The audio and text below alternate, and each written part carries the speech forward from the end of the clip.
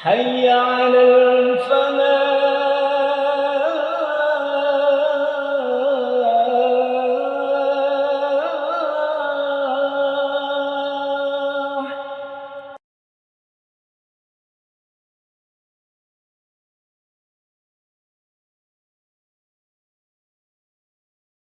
Assalamualaikum warahmatullahi wabarakatuh.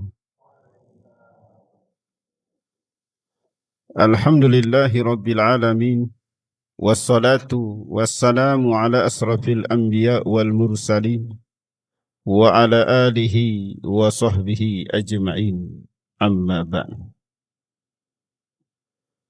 Para jamaah salat subuh rahimani wa rahimakumullah. Yang pertama, mari kita ungkapkan syukur kepada Allah atas segala karunia nikmat yang Allah berikan kepada kita. Dari sekian nikmat yang Allah berikan, yang paling utama dalam kehidupan ini adalah nikmat iman, nikmat Islam. Dengan nikmat iman inilah yang mendorong kita untuk meninggalkan tempat tidur, meninggalkan kasur yang empuk untuk memenuhi panggilan Allah Subhanahu wa ta'ala. Nikmat iman inilah yang menggerakkan jiwa ini untuk memenuhi panggilan Allah, walaupun jarak antara rumah dengan masjid itu jauh. Kalau Allah memberikan nikmat iman, maka dia akan memenuhi panggilan Allah Subhanahu wa ta'ala. Tak lupa pula salam dan salawat kepada Nabi kita Muhammad sallallahu alaihi wasallam, keluarganya, para sahabat, dan orang-orang yang mengikuti jejak beliau hingga yaumul qiyamah. Para jamaah salat subuh yang dirahmati Allah Subhanahu wa ta'ala. Dalam surat Yunus ayat 57, Allah kabarkan kepada kita, Ya ayyuhan nas, qad ja'atkum mau'izatum min rabbikum wa shifaa'un lima fis sudur wa hudaw wa rahmatul lil mu'minin. Surat Yunus ayat 57. Ya, bisa dibaca Pak ya? Wahai manusia, sungguh telah datang kepadamu pelajaran Al-Quran dari Tuhanmu, menyembuhkan penyakit yang ada di dalam dada dan petunjuk serta rahmat bagi orang yang beriman. Para ulama ahli tafsir dikala menjelaskan yang dimaksud dengan as-sifah, yaitu menyembuhkan kebodohan. Kebodohan dari apa? Bukan 1 tambah 1 sama dengan 10, bukan itu. Tapi yang dimaksud dengan kebodohan di sini adalah menyembuhkan kebodohan dari ketidaktahuan terhadap mana halal, mana haram, mana tauhid, mana syirik, mana orang mukmin, mana munafik, mana orang yang kafir, mana orang yang mukmin, ya. Dan masih banyak lagi pelajaran yang terkandung di dalam Al-Quran itu sebagai penyembuhan kebodohan. Dan Al-Quran itu sebagai petunjuk, ya, serta rahmat bagi orang yang beriman. Nah, ayat yang saya baca ini, kalau kita jadikan sebagai pedoman, maka Al-Quran akan menuntun jiwa ini untuk menjadi jiwa yang baik, baik dunia maupun akhirat. Kalau Al-Quran ini kita ambil pelajaran dan mengamalkan dalam kehidupan kita sehari-hari, maka kita tidak akan terjebak dalam berbagai fitnah cobaan kehidupan dunia. Namun para jamaah, tetapi kalau Al-Quran itu diabaikan, tidak diindahkan perintah dan larangan, maka seseorang itu akan terjebak di dalam berbagai persoalan kehidupan. Di antara yang akan kita bahas sesuai dengan tema, faktor perceraian di era digital. Perhatikan ayat yang saya tampilkan. Dalam surat Al-Baqarah,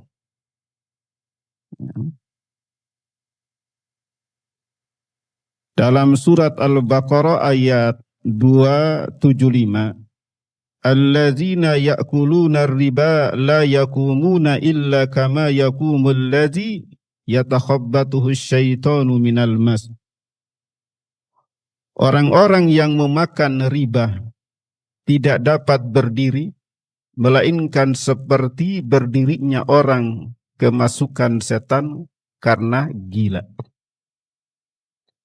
Di dalam kitab-kitab tafsir, yang dimaksud dengan kalimat alladzina ya'kuluna riba, orang-orang yang memakan riba, yaitu yu'amiluna bihi, mereka yang melakukan transaksi yang berhubungan dengan riba.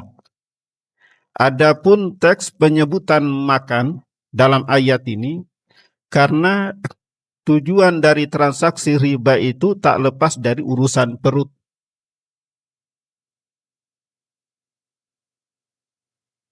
Apa dampaknya? La yakumuna, tidak dapat berdiri, illa kama yakumul lazi, melainkan seperti berdirinya orang yang kesurupan setan. Di dalam tafsir Al-Munir yang ditulis oleh Profesor Dr. Wahba Az-Zuhaili, beliau menjelaskan ayat ini bahwa orang yang melakukan transaksi secara riba itu akan mengalami dua keadaan. Keadaan yang pertama itu akan berdampak di dunia. Ya. Beliau mengatakan orang yang transaksi ya terkait dengan riba karena kecintaan yang berlebihan kepada harta, mereka di dalam hal ini tidak bisa tenang, selalu gelisah, hati tersiksa, dan terlalu tenggelam di dalam masalah keduniaan adalah seperti orang yang dikuasai dan dirasuki oleh setan atau jin. Jadi apa Pak? Tidak tenang Pak. Ada rasa gelisah. Ya. Dampak dari transaksi masalah riba. Kemudian beliau menjelaskan yang kedua, mereka dibangunkan dari kubur akan tampak lebih parah daripada di dunia. Mereka berjalan sempoyong dan tampak sangat berat sekali karena mereka memikul beban berat harta haram yang dihasilkan dengan transaksi riba.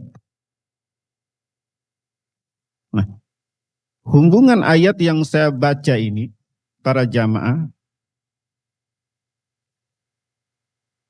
dalam sesuai dengan tema yang kita bahas, orang yang terjebak dalam pinjol akan mengalami kepanikan, kecemasan yang hebat, gelisah yang membuat hati dan pikiran tidak tenang seperti orang kesurupan. Jelas Pak ya? Akhirnya apa?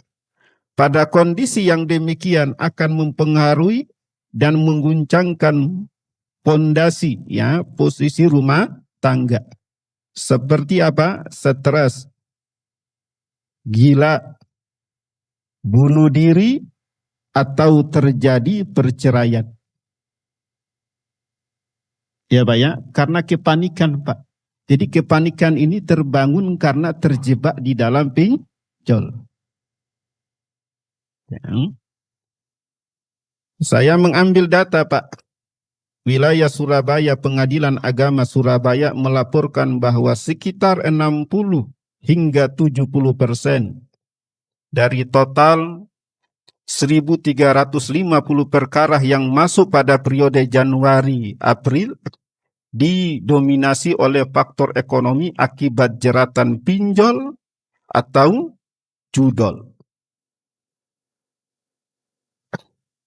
Inilah yang maksud saya bahwa di antara perceraian di era digital ini diakibatkan karena apa Pak?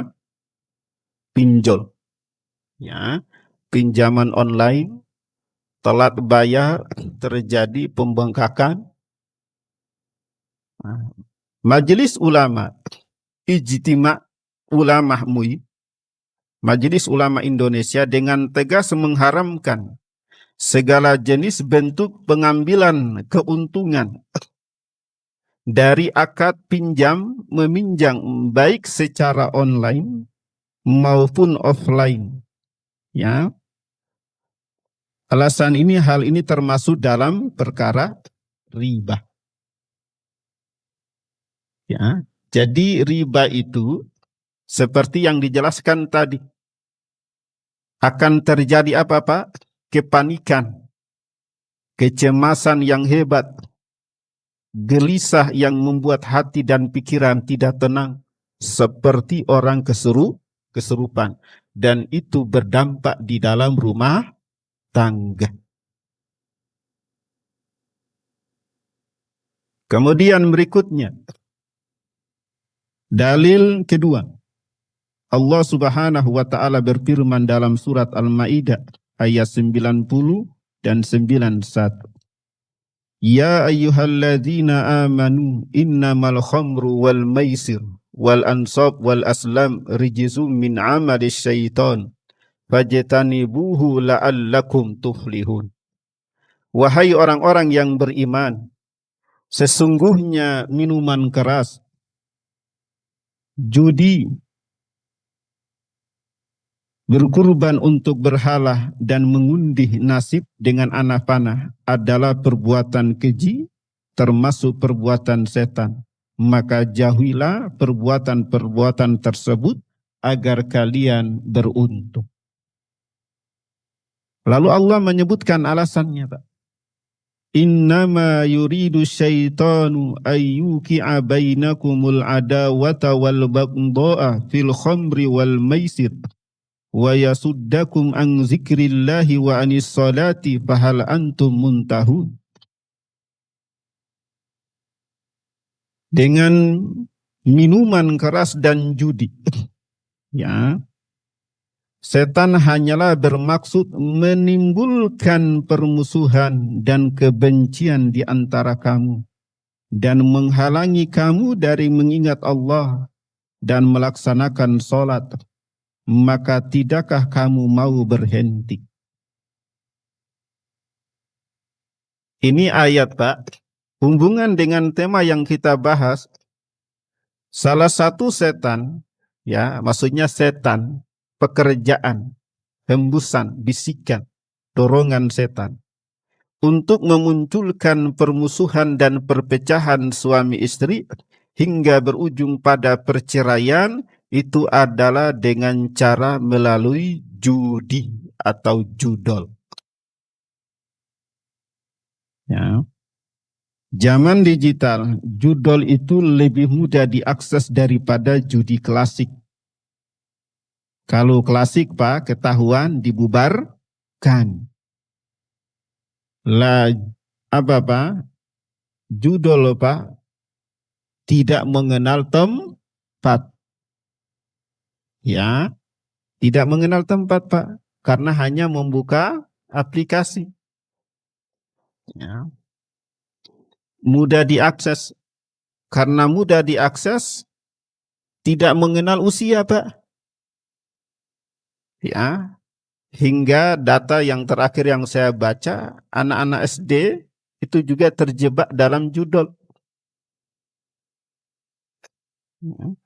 Maka dari itu para jamaah yang dirahmati Allah Subhanahu wa taala, selalu kumpul bersama orang soleh. Karena orang soleh itu akan selalu mengaplikasikan ayat watawasau bil haqqi watawasau bis sabr. Mengingatkan diri kita, kemudian kita pulang ke rumah, kita ingatkan keluar, ya. Sehingga apa? Diri kita dan keluarga itu seperti yang Allah firmankan. Ya ayyuhalladzina amanu ku anfusakum wa ahlikum naro. Di antara bentuk kita menjaga keluarga itu adalah dijauhkan, dihindarkan dari yang namanya judol. Jumlah kasus berdasarkan Badan Pusat Statistik BPS bahwa ada 4.623 kasus judi yang ikut menyumbang perceraian. Inilah yang dimaksud dengan apa tadi, Pak? Perceraian di era digital. Ini ayatnya, Pak. Allah Subhanahu wa taala sebutkan bahwa yang namanya minuman keras dalam konteks yang kita bahas adalah judi. Itu digunakan sebagai alat oleh setan untuk menimbulkan permusuhan dan kebencian di antara kamu. Sesuai dengan tema yang kita bahas, kita mempersempit, Pak, bahwa setan akan merusak hubungan suami istri. Terjadi permusuhan dan perpecahan, itu bisa melalui jalur apa, Pak? Judi. Judol. Kemudian dalil ketiga, Pak. Ini hadis sekarang, Pak. Hadis yang diriwayatkan oleh Abu Dawud an Abi Hurairah radhiyallahu an. Dari Abu Hurairah, dia berkata, qala Rasulullah sallallahu alaihi wasallam, man khabbaba zaujatah imra'in aw mamlukahu falaysa minna. Barang siapa merusak istri seseorang atau budak, maka ia bukan termasuk golongan kami. Dalam hadis lain disebutkan, wa man afsada imra'atan ala zawjiha falaysa minna. Siapa yang merusak hubungan seorang wanita dengan suaminya, maka dia bukan dari golongan. Penjelasan. At-takhbib. Ya, takhbib ini, Pak. Yang dimaksud dengan at-takhbib ini, Pak. Ya. Artinya merusak hubungan orang lain, terutama merusak hubungan suami istri dengan cara menghasut, membisikkan kebencian, atau membuat pihak istri atau suami berpaling dari pasangan. Contoh, misalnya menghasut istri agar membenci suami, atau menghasut suami agar membenci istrinya. Mendekati istri orang lain dengan maksud merebut hatinya. Ya. Memprovokasi suami agar menceraikan istrinya. Menciptakan fitnah tentang suami istri. Ya, suami atau istri orang. Atau mendukung perceraian tanpa sebab syar'i. Ini namanya apa, Pak? At-takhbib yang disebutkan dalam hadis ini, Pak. Kata Nabi, pekerjaan nomor 1 sampai nomor 5, kalau itu dilakukan oleh seseorang, kata Nabi begini, falaisa minnah, maka dia bukan dari golongan kami. Para jamaah, nomor 1 sampai dengan nomor 5 itu bisa melalui media sosial seperti Facebook, WhatsApp, dan lain sebagainya. Artinya apa? Menghasut itu bisa melalui media sosial. Ya, mendekati istri orang, provokasi, menciptakan fitnah, mendukung perceraian, itu bisa melalui media sosial. Ya. Maka kalau boleh diistilahkan begini, maka ada istilah yang namanya selingkuh digital atau salon, selingkuh online. Ya Pak ya? Apa Pak?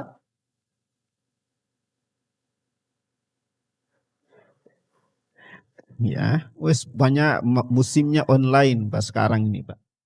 Ya. Dan na'udzubillah min zalik, para jamaah, selingkuh digital atau salon, selingkuh digital ini memang fakta terjadi di lapangan seperti itu. Terjadinya perceraian suami istri di antaranya disebabkan karena ini Pak. Ya. Dimulai dari media sosial, online dulu Pak. Kemudian offline Pak. Ya. Nah, inilah yang di antara terjadi perceraian di era digital. Para jamaah dulu yang namanya perceraian itu aib, Pak. Memalukan, Pak. Tapi sekarang ini, ya, ya seperti data yang saya sebutkan, angkanya tidak main-main, Pak. Ya, baik. Lalu berikutnya, Pak, dalil keempat. An Abdullah bin Mas'ud qala inna Muhammadan sallallahu alaihi wasallam qala ala unabbiukum bal adhu hiyan namimatul qalatu bainan nas. Dari Abdurrahman bin Mas'ud, sesungguhnya Muhammad sallallahu alaihi wasallam bersabda, maukah kuberitahukan kepada kalian apa itu al-adhu? Lalu kata Nabi, hiya an-namimah, itu adalah namimah. Perbuatan menyebarkan berita untuk merusak hubungan di antara sesama manusia. Kalau hadis sebelumnya itu dia lebih khusus kepada hubungan suami istri, tapi ini dia umum, Pak. Tetapi juga bisa namimah ini bisa mengarah kepada merusak hubungan suami istri. Imam Nawawi berkata, para ulama menjelaskan namimah adalah menyampaikan perkataan seseorang kepada orang lain dengan tujuan untuk merusak di antara mereka. Hubungan ayat hadis yang saya sebutkan ini dengan perceraian para jamaah. Nah, saya sebutkan lagi dalam hadis yang lain dulu. Dari Ibnu Abbas, dia berkata bahwa Nabi SAW pernah melewati salah satu sudut kota Madinah atau Mekah. Lalu beliau mendengar suara 2 orang yang sedang diazab di kubur. Beliau pun bersabda, yu'azibani wa ma yu'azibani fi kabir. Bala kana ahaduhuma la yastatiru min baulihi. Wa kana al-akhar yamsi bin namimati. Mereka berdua penghuni kubur ini mengalami disiksa. Mereka menganggap bahwa itu bukan perkara yang besar. Namun sesungguhnya itu perkara yang besar. Artinya 2 orang ini semasa hidup di dunia itu sepelehkan Pak, menganggap enteng. Apa? Yang pertama, orang yang pertama disiksa karena tidak menutup diri ketika sedang buang hajat, ya, buang air kecil. Adapun orang yang kedua disiksa itu disebabkan karena namimah, suka mengadu domba.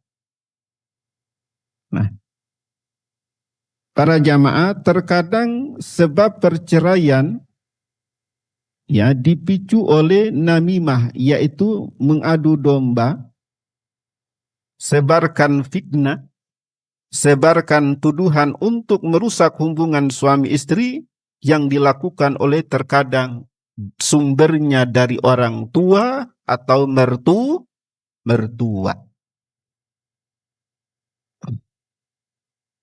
Pernah Pak menjumpai masalah ini?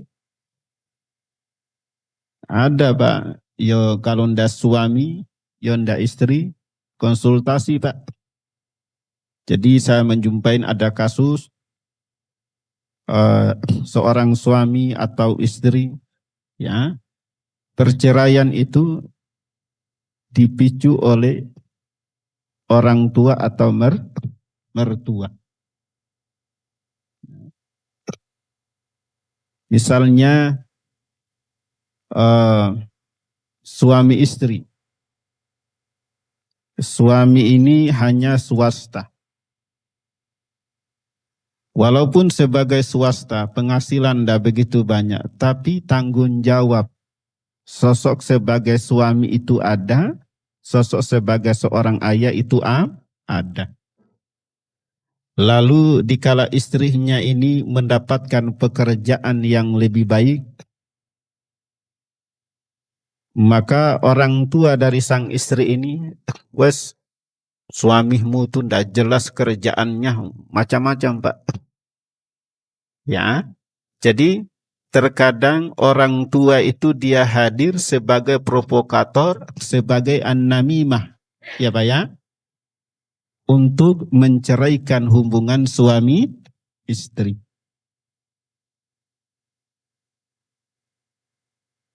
Lalu ada lagi Pak, suami setelah nikah, suami masih berusaha mencari kerja Pak. Tapi karena pihak keluarga dari istri ini tidak sabar, mereka mendesak ya si perempuan istrinya itu suruh pulang ke rumah orang tua. Ya. Lalu suami ini berusaha, kemudian ada lowongan pekerjaan, dia tes, kemudian lulus, memiliki posisi yang terbaik. Lalu orang tua, mertua mengembalikan istrinya, kembalikan anak perempuan ke suami. Para jamaah ditolak. Ndak. Ya. Jadi terkadang perbuatan orang tua atau mertua itu merusak, menghancurkan hubungan suami istri. Maka dari itu, para jamaah, dalil yang saya tampilkan ini jangan sampai keberadaan kita sebagai orang tua di posisi namimah. Ya, yaitu mengadu domba. Ya. Dan para jamaah, yang saya bahas ini adalah dalam konteks bukan berdasarkan alasan yang syar'i. Sebab memang ada perceraian suami istri, dukungan dari orang tua itu dilandaskan dengan alasan yang syar'i. Itu yaitu boleh. Ya Pak ya. Seperti ada kasus seorang suami masih muda, baru nikah 4 bulan. Dia menjumpai istrinya ini berkhianat tingkat berat. Selain itu istri ini tidak menjalankan kewajiban sebagai seorang istri. Si suaminya ini tidak menceritakan kepada orang tua. Alasannya karena orang tuanya sama saudaranya dalam rumah tangga itu semuanya bagus. Kemudian saya sampaikan kepada yang bersangkutan, untuk apa berbohong, berceria di depan orang tua, tapi tersiksa dengan pasangan hidup. Masa depan itu masih panjang. Jangan menyiksa pikiran, tenaga, dan waktu kepada pasangan hidup yang tidak sesuai yang diperintahkan Allah dan Rasul. Taat kepada suami, berbakti, ya, menjalankan ibadah.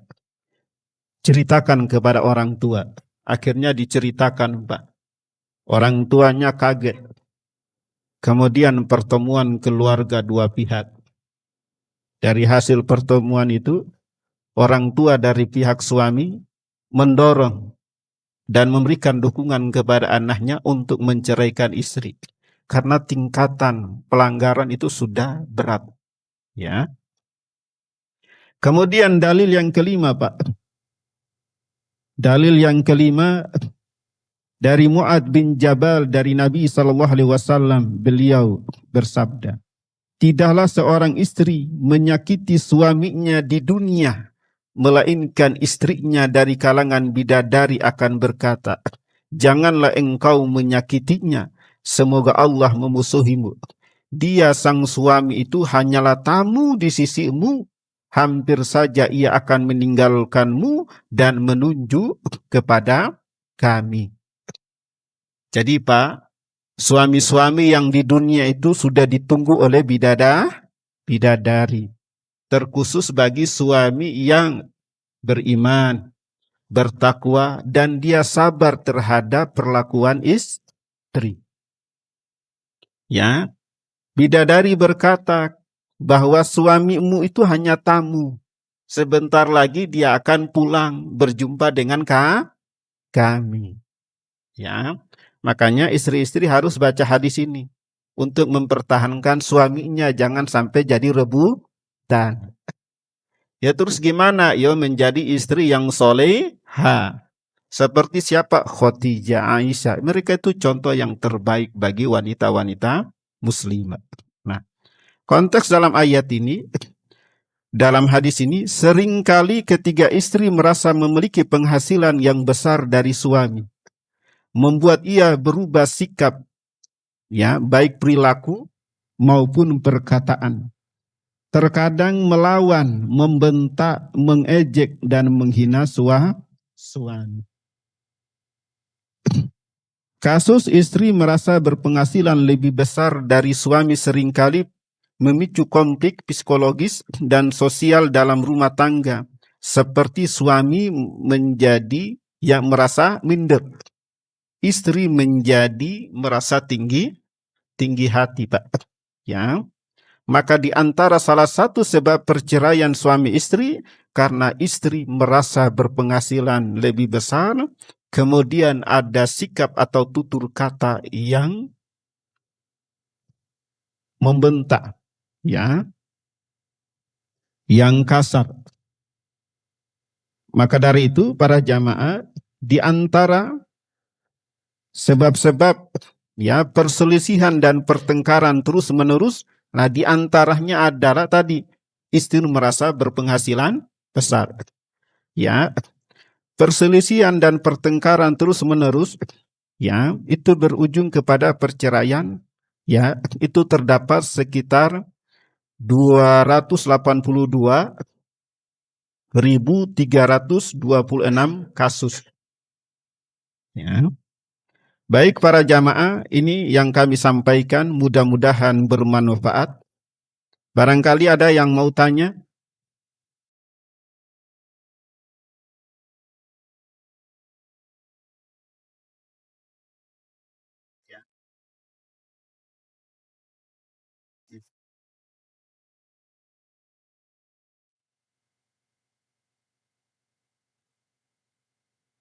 Fitnah dan ibtilah. Oh, baik. Kalau fitnah itu bisa bermakna tuduhan tanpa bukti, Ya, dan fitnah itu juga bisa bermakna cobaan atau azab. Seperti Allah nyatakan begini, wattaqu fitnatan la tusibanna allazina zalamu minkum khassah. Takutlah oleh kalian azab, siksaan yang tidak hanya menimpa orang-orang yang zalim secara khusus di antara kalian. Jadi fitnah itu dia memiliki apa? Beberapa arti, beberapa makna. Sedangkan ibtila itu lebih kepada cobaan. Ya. Seperti dalam surat Al-Baqarah, wala nabluwannakum bisyai'im minal khauf. Ya. Sungguh kami akan menguji kalian dengan rasa takut. Nah, itu terdapat dalam surat Al-Baqarah. Baik Pak, yang tadi Pak di belakang tadi. Ah, monggo.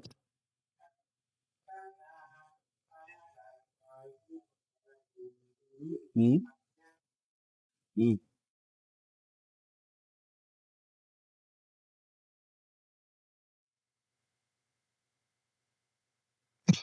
Baik, pertanyaannya bagus. Kalau seorang istri berpenghasilannya besar dan itu mengubah sikap dan tutur kata dia kepada suami, sikapnya apa? Kasar.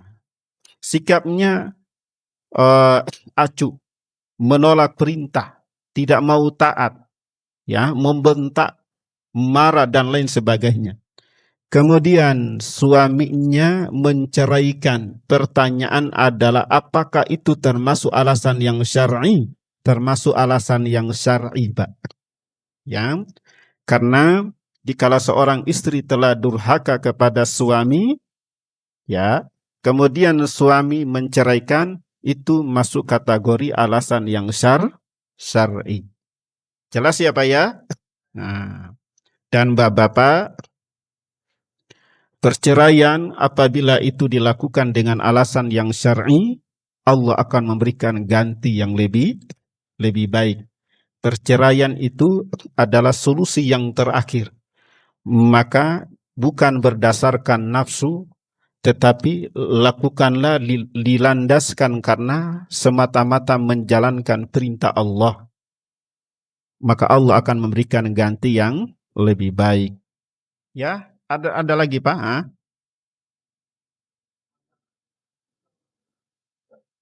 Wah, ini dia Pak. Panjang ini ceritanya nih Pak.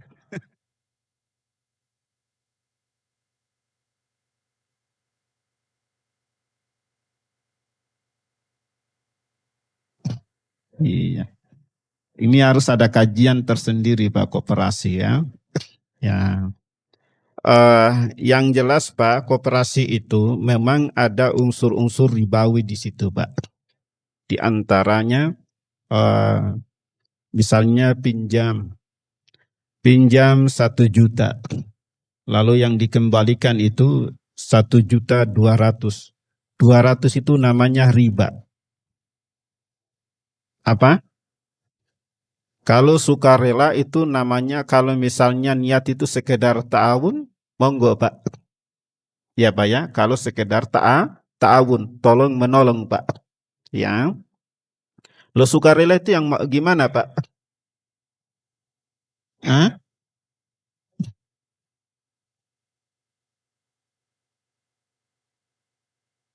Kalau kalau misalnya Pak akadnya di awal, kita pinjam 1 juta, nanti saya kembalikan 1 juta sekian, itu enggak boleh. Tapi dikala secara spontan Pak, saya kembalikan Pak uang itu secara spontan Pak, tanpa ada janji-janjian, enggak ada Pak. Ya, kemudian saya lebihkan atau mungkin saya kasih sesuatu, itu boleh. Dan itu adalah bagian dari pembayaran utang yang terbaik Pak. Dengan syarat tidak ada akad, spontan Pak. Sebagai wujud apa Pak? Terima kasih karena telah menolong saya. Itu ya Pak ya. Baik Pak, panjang Pak koperasi itu Pak. Ya.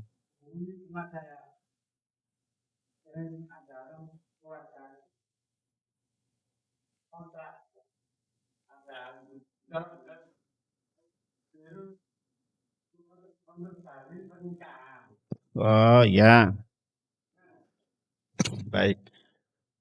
Perbaharui pernikahan itu atau yang dikenal dengan tajdidun nikah, ya. Kalau dalam bahasa fikih istilah juga membangun akad nikah baru. Membangun akad nikah baru itu apabila di antaranya suami menjatuhkan talak roji'i. Talak roji'i itu berarti talak berapa Pak? 1 dan 2. Ya, setelah masa iddah istri ini dia habis, sementara suami ini dia tidak rujuk. Ya Pak ya. Lalu suami mau rujuk Pak, maka di situ dia harus membangun akad nikah baru. Akad nikah baru itu apa Pak? Ya seperti nikah awal Pak. Ada maharnya, ada ijab kabulnya, ada saksi, ada wali. Ya. Tapi kalau istri sudah ditalak 3, maka tidak bisa membangun nikah. Istri itu harus dinikahi oleh orang lain, kemudian dia diceraikan atau suaminya wafat, lalu istri mau kembali kepada mantan, itu boleh. Ya. Dapat dipahami nih Pak ya. Membangun akad Pak, misalnya tidak ada komunikasi, suami tidak kasih nafkah, lalu suami kasih nafkah, terus bangun akad nikah baru, itu tidak ada Pak. Ya Pak ya. Jadi bangun nikah akad baru itu apabila suami itu jadi gini Pak. Yang tidak bisa bangun akad nikah baru itu adalah kalau sudah talak 3. Ya Pak ya, sudah tidak bisa. Kecuali istri itu harus nikah. Yang kedua, terjadinya li'an. Li'an itu sumpah laknat. Sumpah laknat itu karena suami menuduh istri selingkuh, kehamilannya ini itu disebabkan karena selingkuh Pak. Tapi istri mempertahankan bahwa ini dari suami. Nah, saling debat Pak, ngotot Pak. Maka di pengadilan mereka saling sumpah. Nah, resiko dari sumpah ini maka mereka terpisah selamanya dan tidak bisa bangun akad yang baru Pak. Yang ketiga adalah kalau salah satunya itu murtad. Nah, para jamaah yang dirahmati Allah, pernah saya membahas hukum-hukum yang terkait hal-hal sebab-sebab yang boleh seseorang itu membangun akad nikah baru. Di antaranya istri yang mengajukan khulu, yaitu cerai. Ya Pak ya. Kemudian mau kembali lagi Pak, maka syaratnya harus ada akad nikah baru. Wallahu a'lam bishawab. Para jamaah, mudah-mudahan apa yang kita kaji, ayat dan hadis, semoga Allah memberikan rahmat untuk kita, menjaga keluarga kita dari hal-hal yang dilarang, dan juga kepada kaum muslimin, semoga Allah subhanahu wa ta'ala memberikan petunjuk, memberikan jalan keluar dari persoalan-persoalan kehidupan, dan memberikan hidayah untuk menjadikan Al-Quran sebagai pedoman dalam kehidupan sehari-hari. Subhanakallahumma wa bihamdik asyhadu an la ilaha illa anta astaghfiruka wa atubu ilaik. Alhamdulillah. Assalamualaikum warahmatullahi wabarakatuh.